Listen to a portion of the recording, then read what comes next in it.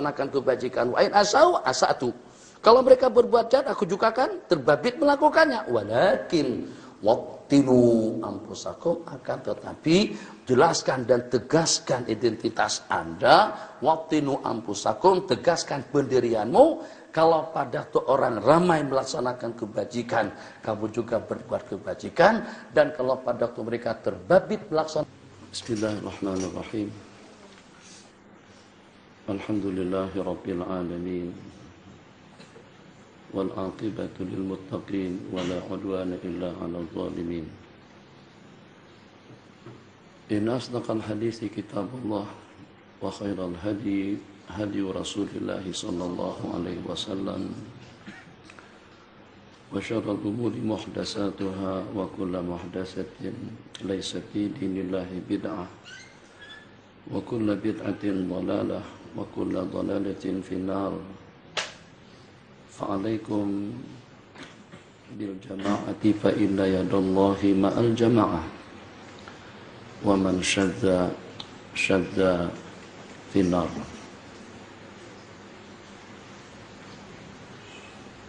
Ahbabana fillah, insyaallah pada pertemuan kita di pagi hari ini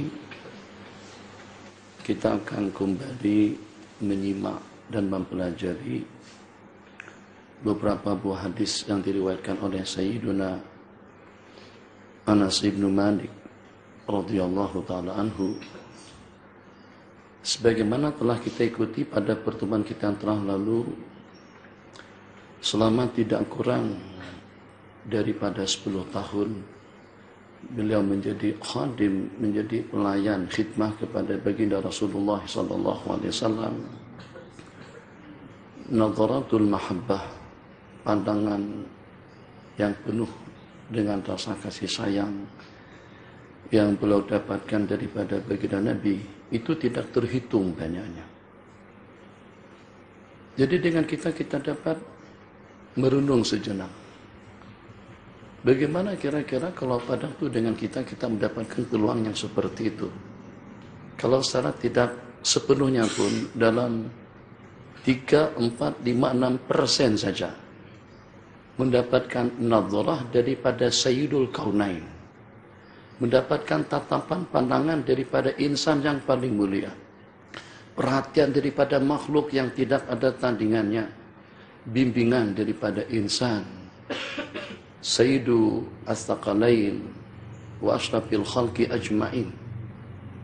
Itu kira-kira bagaimana dengan imbasannya? Kalau dengan seumpama elektrik saja, dengan tenaga itu, dengan karan, dengan listrik, seketika terimbas pancarannya kepada lampu, ternyata mampu untuk menerangi kita. Bagaimana kalau seandainya yang memberikan imbasan cahaya kepada seseorang tadi adalah Munawwirul Kaunain, yang memberikan pancaran cahaya kepada segenap makhluk Allah Jalla wa'ala. Jadi ya memang sebagaimana kita ketahui di sana terdapat sejumlah tidak kurang daripada ratusan ribu, ada riwayat mengatakan dalam 124.000 orang sahabat yang bersama beliau pada waktu Nabi kita melaksanakan Hajatul Wada. Tapi daripada sejumlah sekian banyak tadi itu, tidak ada dari kumpulan para sahabat yang mendapatkan tatapan mahabbah, tatapan dengan penuh rahmah dan mawaddah itu daripada Sayyiduna Anas bin Malik radhiyallahu taala anhu. Kalau pada waktu Nabi kita marah pun kepada beliau, itu akan terimbas kepada Sayyiduna Anas bin Malik radhiyallahu taala anhu, akan jadi stabil kalau pada waktu beliau marah, akan jadi stabil kalau pada waktu beliau emosi, akan jadi stabil kalau pada waktu dengan beliau naik darah. Kenapa? Sebab nazrah ghadab itu pada permulaannya daripada Sayyiduna Rasulullah sallallahu alaihi wasallam. Tidak ada yang negatif, tidak ada yang sia-sia, tidak ada yang bukan-bukan. Kalau asbab musabab itu daripada Sayyiduna Rasulullah sallallahu alaihi wasallam, Anda boleh bayangkan bagaimana dengan insan yang diutus Allah ke dunia rahmatan lil alamin. Rahmat di waktu marahnya, rahmat di waktu senangnya, rahmat di waktu bahagianya, rahmat dengan bimbingannya, rahmat dengan nasihatnya, rahmat di waktu emosi, rahmat di waktu memberikan pandangan, panduan, pencerahan dan nasihat kepada umat. Jadi secara pasti banyak ataupun juga sedikit Sayyiduna Anas ibnu Malik akan mendapatkan bahasa Malaysia habuan yang terbanyak an-nasiban awfa, an-nasiban awfar min tilkar rahmat al-mumba'isah minhu sallallahu alaihi wasallam.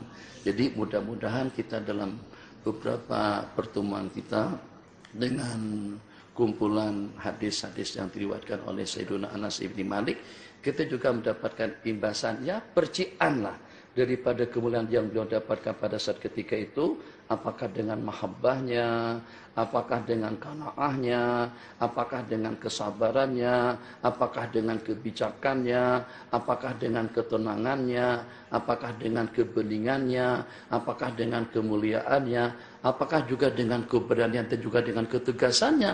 Kudu dzalika indahu. Semuanya itu lengkap dan komplit terkumpul dalam kehidupan Sayyiduna Anas ibni Malik. Jadi kata Hajjaj bin Yusuf As-Saqafi mengancam kepada Sayyidina Anas bin Malik, kalau bukan mengenang dan mengingat sampean sebagai salah seorang daripada sahabat Rasul, saya sudah tidak teragak-agak dan juga tidak ada rasa bimbang dan ragu untuk memancung atau juga untuk membunuh Anda. Diketawain sama beliau. Ini orang dah tua, bukan pada usia kita.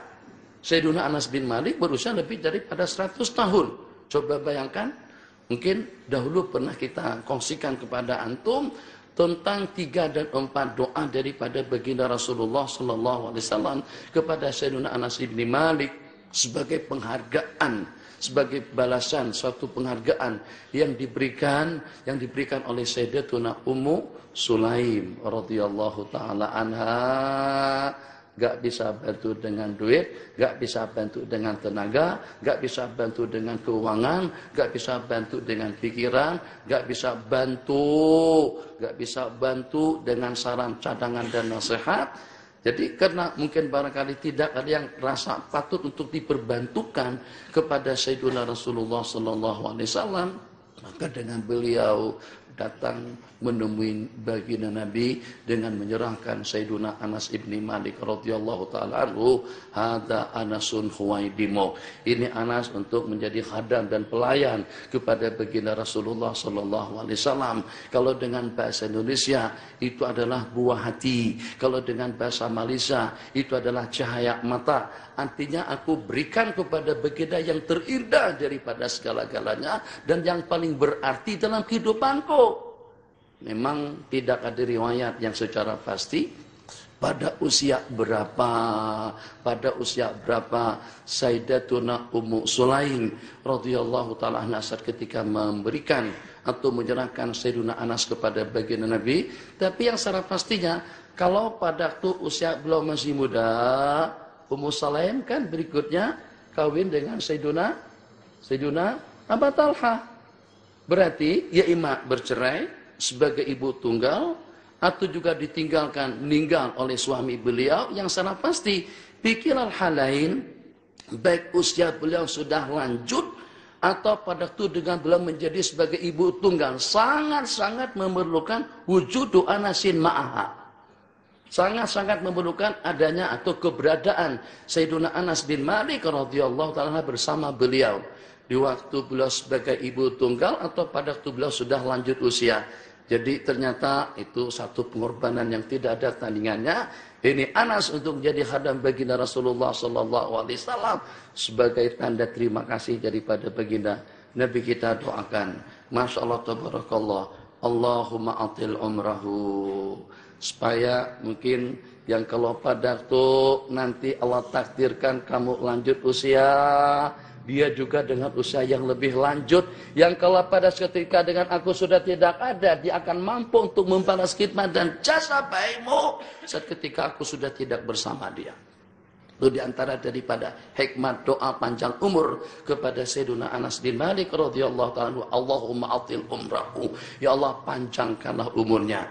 Maknanya kalau pada waktu umur Sayyidina Anas bin Malik panjang, berarti dengan beliau berleluasa untuk membalas jasa, untuk khidmat, untuk melayan, bukan lagi kepada baginda yang dengan baginda cuman hanya berkesempatan dikhidmah oleh baginda Anas ibni Malik tidak lebih daripada dalam 10 tahun saja. Kalau usia beliau 10 tahun, pada itu dikhidmahkan, dan 10 tahun menjadi khadam kepada baginda Nabi, berarti pada itu Nabi kita meninggal dunia, usia Sayyidina Anas tidak lebih daripada dalam 20 tahun.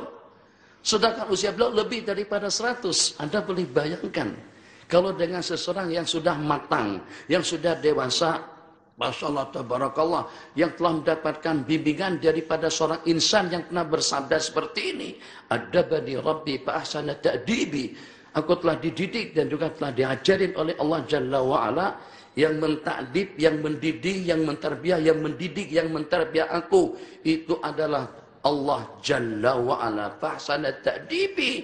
Bagaimana kira-kira dengan silsilah, dengan rangkaian yang kedua, yang mendapatkan pendidikan tersebut, itu adalah Sayyiduna Anas ibni Malik radhiyallahu ta'ala anhu. Ini selama tidak kurang daripada dalam 20 tahun mendidik, bernasihat, di mana dengan kelengkapan hidup yang beliau miliki dan juga dengan sumul atau juga ijtima' al-fadail, al-akhlaq al-karimah, al-akhlaq al-mahmudah, itu terhimpun lengkap semuanya, digodok dan diatur oleh kita selama tidak kurang daripada dalam 10 tahun. Bayangkan, jadi seakan-akan dengan lantunan doa yang pertama daripada baginda Ummu Sulaim, sadar atau tidak sadar. Saya ulang, Ummu Sulaim sedar atau tidak sedar. Bahasa Malaysia. Baik yang pada seketika itu dengan belum mengamati tentang rahasia daripada doa tadi itu, tapi yang seolah-olahnya Ummu Sulaim tidak perlu bimbang. Enggak perlu kecewa, enggak perlu sedih, enggak perlu risau. Sebab anakmu ini nanti dengan perantaran doa daripadaku, dengan perantaran doa daripada baginda akan berusia panjang. Justru dengan kamu akan mendapatkan yang terbaik ketimbang kalau pada itu dia tidak berkhidmat dengan aku. Justru dengan kamu akan mendapatkan layanan dan khidmat daripada putramu ini lebih daripada yang kalau seandainya dengan dia hidup bersamamu di sepanjang hidup. Kenapa? Sebab sudah saya cetak, sebab sudah saya olah, sebab sudah saya adun, sebab sudah saya didik. Segala-galanya kamu akan mendapatkan kebijakannya, kebeningannya, santunnya, ramahnya, hormatnya, ta'zimnya, baktinya. Kenapa? Didikan Sayyidul Awwalina wal Akhirin. Kira-kira rugi? Enggak. Cuma hanya 10 tahun saja, tapi dengan imbasan dan kesan daripada khidmah beliau kepada baginda Rasulullah sallallahu alaihi wasallam, sehingga dengan beliau mendapatkan layanan yang terbaik. Kemudian juga dengan kehidupan yang terbaik, penghargaan yang terbaik, bimbingan yang terbaik, perhatian yang terbaik. Kenapa? Dengan serba baik tadi itu, sebab itu kesemuanya membais munculnya, datangnya daripada Sayyiduna Rasulullah sallallahu alaihi wasallam. Allahumma atil umrahu yang pertama, wa aktsir auladahu, dan banyakkan putra putrinya yang kedua. Masya Allah, tabarakallah, lebih daripada 100. Itu yang beliau kuburkan saja sewaktu dengan beliau masih hidup. Jumlah bilangan putra-putra beliau yang meninggal dunia sewaktu dengan beliau masih hidup saja, kata ulama tidak kurang daripada dalam 100. Atil umrahu, panjang umur. Kalau panjang umur, nggak ada yang bantu, nggak ada yang nolong, nggak ada yang perhatikan, duitnya kurang, anaknya banyak, musibah uzma. Itu musibah kubro. Tapi kalau pada itu panjang umur, santri di sekeliling kita, kalau pada itu kita panjang umur, putra putri yang setia, kalau pada itu kita panjang umur, mendapatkan perhatian daripada masyarakat dan lingkungannya, alhamdulillah, ucapannya, pembicaraannya, yang kalau seandainya dengan seorang koprat pun, ini kita perhatikan, dengan seorang koprat pada saat panjang umurnya, tapi kru-krunya tidak terhitung, hidupnya jadi nyaman. Ngomong secara sembarangan pun tetap juga diperhatikan. Bagaimana kira-kira seseorang semakin dewasa, semakin tua, semakin matang, semakin jenius, semakin mulia, semakin baik. Kenapa? Oh, antum mau tanya kenapa lagi? Beda keadaannya kalau tua di zaman kita.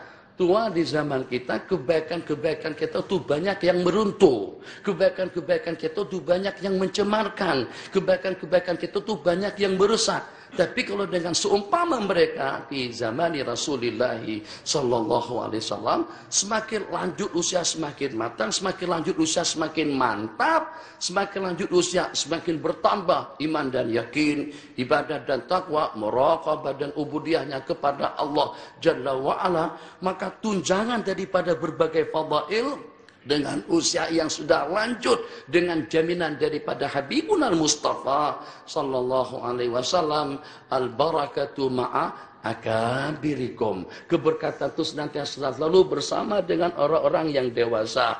Jadi kalau dengan Sayyidina Anas, dewasa dengan segala-galanya, dewasa dengan pengalaman, dewasa dengan ilmu, dewasa dengan sohbah, dewasa dengan mahabbah, dewasa dengan khidmah, juga dewasa dengan umur, juga dewasa dengan pengalaman, dewasa dengan segala-galanya.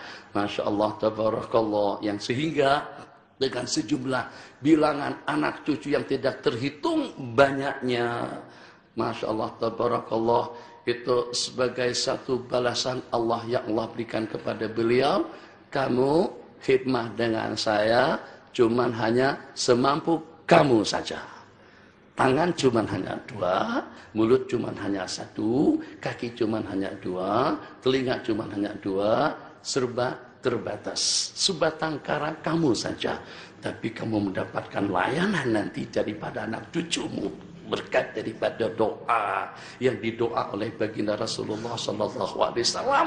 Daripada satu menjadi kepada sekian, ini baru daripada anak cucu, belum lagi yang mendapatkan bimbingan daripada murid-murid beliau. Kamu buka lembaran kitab Sumpah Sir Alamin Nubala, Syekhul Islam di Imam Adz-Dzahabi, atau dengan kitab-kitab sejarah seumpamanya warawa wa mimman rawa anhu, kata Imam Nawawi, wa mimman rawa anhu, dan diantara daripada para ulama, para tabi'in yang meriwayat, yang mendapatkan bimbingan, nasihat, riwayat daripada Sayyidina Anas bin Malik, itu jelas tidak terhitung. Daripada putra-putri beliau saja, Masya Allah, tabarakallah. Kalau dengan bahasa logikanya, seberat apa sih badan Sayyidina Anas bin Malik radhiyallahu ta'ala anhu, yang saat ketika sejumlah tidak kurang daripada sekian ratus tangan yang mampu untuk mengangkat, mulut mampu untuk bernasihat, telinga dengan pendengarannya, mata dengan tatapannya. Anda udah nggak usah bergerak. Kalau seandainya dengan beliau meminta agar dimandiin misalnya, atau diwuduin, udah tuh tinggal santai saja. Ya, untuk dengan tangan saja ada 30 antrian untuk nyuciin tangan beliau. Ya, untuk nyapuin muka dulu, bukan tangan kan, muka dulu. Udah tua-tua di tapaku belum tahu lagi tertib wudu itu seperti apa. Tertib wudu itu cuci muka dulu. Itu sebagai rukun yang kedua setelah niat, tangan, kepala dan kaki. Oke, semuanya siap siaga yang untuk nyapuin kepala. Itu kalau seandainya masing-masing secara bergiliran, tiap anggota ada 2 orang. Itu nggak bakalan terputar gilirannya pada putaran yang akan datang, melainkan setelah dalam beberapa bulan barangkali. Masya Allah, tabarakallah. Oke, cukup setakat itu dulu, sekedar itu dulu. Allahumma atil umrahu wa aksir auladahu wa aksir amwalahu. Oh iya, Masya Allah, tabarakallah. Sebab justru keuangan yang banyak, kemampuan yang menunjang, bisnis dan juga dengan jaringannya, ini akan memudahkan kita untuk seseorang mencapai 2 permintaan yang pertama. Atau kalau kita balik, untuk kita mendapatkan keturunan yang banyak dengan keuangan yang banyak, itu menumpang kepada usia yang panjang. Betul? Insya Allah, antum betulkan saja, jangan bilang salah. Mana mungkin dengan kita punya anak banyak kalau umur kita pendek? Bagaimana berkembangnya? Nah, saya itu ada bayi tabung sekarang ini, ada bank money. Jadi dengan sperma masukkan ke dalam tabungan kita, nanti kalau istri-istri kita pengen mau dapat keturunan lagi, mereka bisa saja menggunakannya setelah siang berkenan tunggal. Enggak begitu, yang fresh nih. Itu yang dalam kulkas. Itu produk yang tidak pasti. Makanya ulama sepakat mengatakan yang namanya bangkul dan itu hukumnya haram. Kenapa diharamkan? Kenapa? Yang walaupun atas persetujuan daripada kedua belah pihak ini menyimpang daripada topik, menyimpang daripada tajuk kita, kenapa tidak boleh dengan suami memeras atau beronani untuk mengeluarkan spermanya, dimasukkan ke dalam alat, dalam botol, dan botol itu dimasukkan ke dalam satu alat, yang kalau pada suatu ketika nanti sang istri pengen mau hamil lagi, kan senang buka kulkas, ambil simpanan. Jadi di injection, langsung saja dimasukkan ke dalam rahim, tidak lama kemudian hamil 19 hari. Alhamdulillah. Sementara Haji Maskurnya sudah meninggal sejak 30 tahun yang lalu.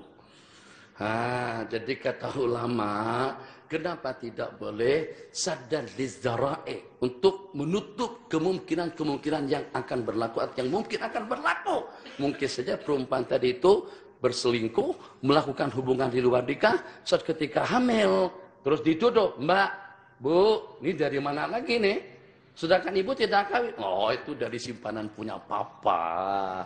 Punya papanya dulu. Itu kan simpanan yang tersimpan sejak pada 30 tahun yang lalu. 30 tahun yang lalu udah beku, udah mati dan spermanya. Nggak bakalan bisa berkembang kembali kalau dimasukkan ke dalam rahim. Jadi karena ada kemungkinan perempuan berbuat curang, kemudian untuk menutupi kesalahannya atau juga dengan perbuatan haram, dia bisa beralasan itu daripada peninggalan suaminya. Sayyidina Anas bin Malik bukan begitu. Masya Allah, tabarakallah. Dengan umur yang panjang, justru itulah yang menunjang untuk belum mendapatkan keturunan yang banyak dan juga untuk belum mendapatkan keuangan yang banyak. Wa aktsir amwalahu, sebab sebagaimana saya katakan tadi merupakan satu musibah kubra kalau seandainya umurnya panjang, anaknya banyak, tapi dengan keuangannya tidak menunjang. Tapi kalau pada saat umur panjang, kemudian dengan keluarga pun juga ramai dan banyak, duitnya pun juga banyak, insya Allah keluarga akan senantiasa selalu dengan kita.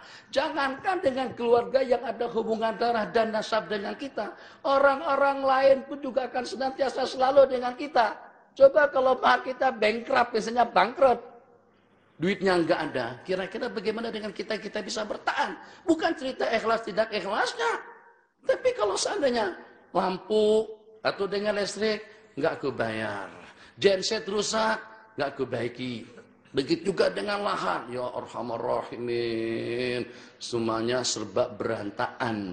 Jadi kalau pada saat duit tidak menunjang aktiviti kegiatan dan kehidupan kita sehari-hari, nanti disorot dengan TV kelihatan apa panjang tidur dalam pengajian. Di dunia saja kalau pada itu dilihatin orang yang sejumlah sekian kita rasa malu, bagaimana kalau pada itu nanti kita dilihatin di akhirat mengantuk dalam pengajian, tambah malu. Jangan mengantuk. Tuh selingan saja. Allahumma salli ala sayyidina Muhammad. Jadi mata jangan dipajamkan dalam pengajian yang sesaat ini. Allahu Akbar, dengan duit yang banyak, Masya Allah, tabarakallah. Begini dengan perumpamaannya, Anas man indahu al-malu panasu ilahi malu. Orang yang punya duit, maka dengan orang-orang akan condong, akan mayalan kepadanya. Man indahu dhahabu, orang yang punya emas, panasu ilaihi dhahabu, maka orang akan pergi kepadanya. Tapi coba kalau sebaliknya, man laisa indahul malu, orang yang tidak punya duit, panasu anhu malu, orang akan menjauh dan pergi daripadanya.